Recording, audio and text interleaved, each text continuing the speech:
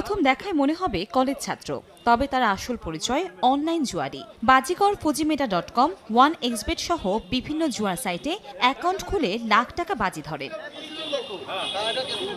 ইব্রাহিম খান কামরান নামে এই যুবক বরিশাল বিভাগে সোহেল নূর ইসলাম সহ ৩৫ জনের একটি টিম নিয়ে পরিচালনা করেন টাস্কি নামের একটি জুয়ার অ্যাপ। সম্প্রতি টাস্কির মাধ্যমে একাধিক এজেন্ট অ্যাকাউন্ট খুলে ৭০ জন অনলাইন জুয়ারির কাছ থেকে হাতিয়ে নেয় কয়েক লাখ টাকা।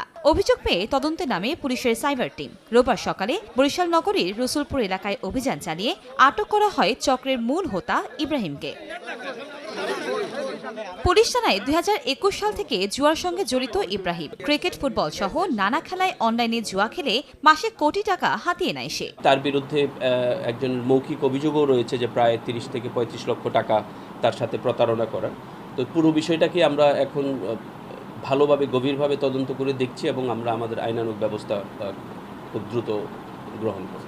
অভিযুক্ত ইব্রাহিম খান কামরান নগরী ৯ নম্বর ওয়ার্ডের রসুলপুর এলাকার আবুল কালাম খানের ছেলে।